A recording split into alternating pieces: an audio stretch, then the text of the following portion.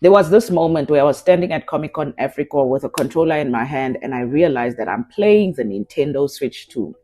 And I didn't want to put it down.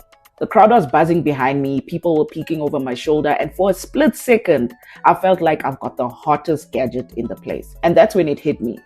The Switch 2 might actually be worth the hype.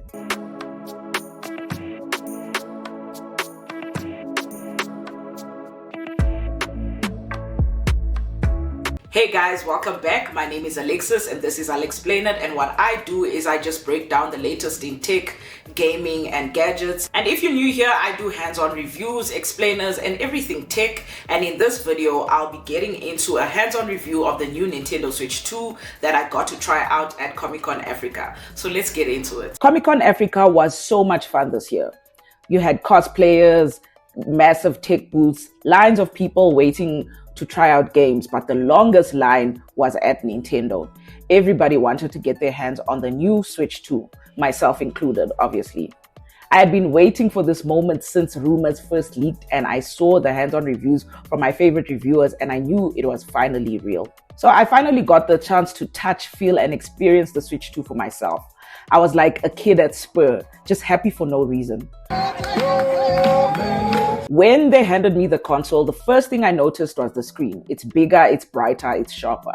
It's a lot more comfortable in the hands because of the bigger size, and it also has a better ergonomic design. The new Joy-Cons are also a significant update with bigger buttons and bigger joysticks. The Joy-Cons with the bigger buttons and the bigger joysticks felt a lot more sturdier, and it felt less like toys and a lot more like premium gaming controllers. If you've ever been one to complain or worry about stick drift and that flimsy build, then this feels a lot more proper and premium. So Nintendo really listened to us here. The best part with the Joy-Cons is that magnetic snap. So instead of sliding them in and out to attach or release them from the screen, they attach magnetically back into the device or are released when you press the button at the back. Another fun and significant update to the build is the kickstand. It's no longer that tiny little kickstand on the side of the console.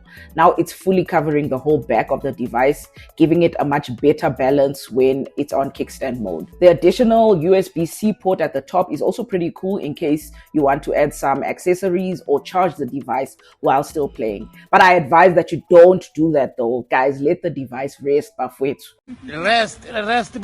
to rest. There's also the all-new mouse mode where you can use your Joy-Con as a mouse, and so it's a lot of fun to navigate the screen or play mouse-like games. I used the Joy-Con in mouse mode to play another air hockey type game, and it was pretty cool. I just pictured how much better game night is gonna be from now on. It really sucked that I could only play the preloaded games and not the normal games that I would gravitate to when I'm reviewing a game like maybe NBA 2K, but it was still okay. The graphics pop, the frame rates are smooth, and the loading times are almost instant. It has a 7.9-inch screen with significant but not terrible bezels all around it. The screen in handheld mode goes up to 1080p and up to 4K in docked mode, which is a huge upgrade from the Switch, which was just 720p handheld and 1080p on the TV.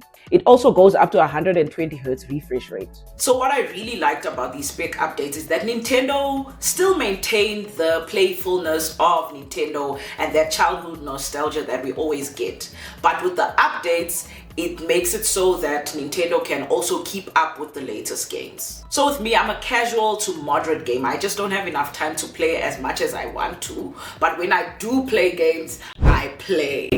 I also own a Nintendo Switch, so I really wanted to see if it's worth getting the upgrade and going to the Switch 2. When I first heard about the Switch 2, I thought, okay, it will just be some small upgrades here and there.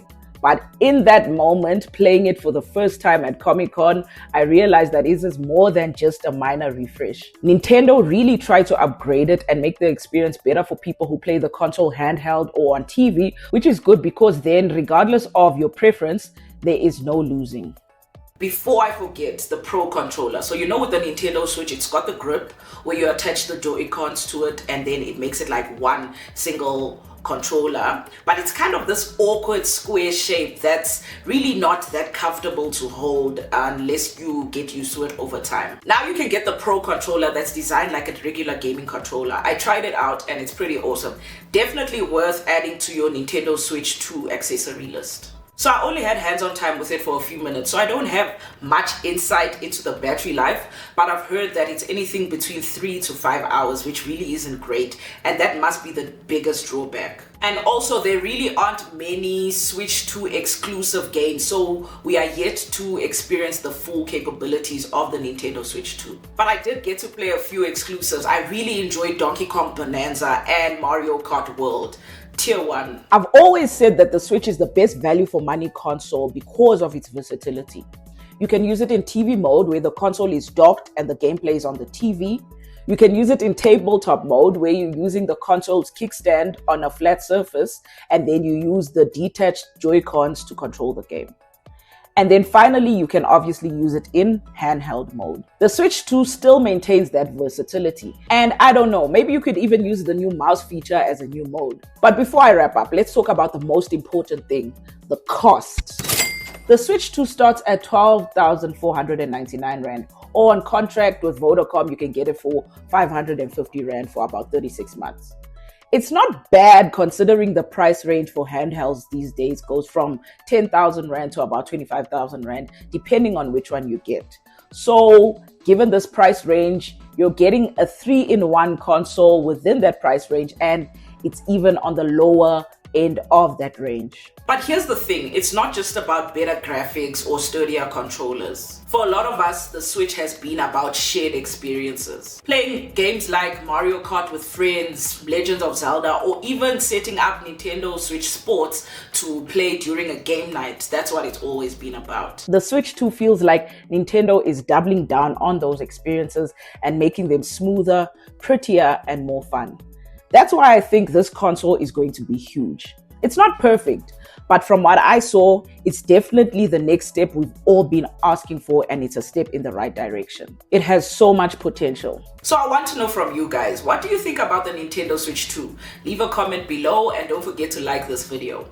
And if you want to see another video from my channel, you can click over here. Or if you'd like to subscribe to my channel, you can click over here. And I'll see you in the next one.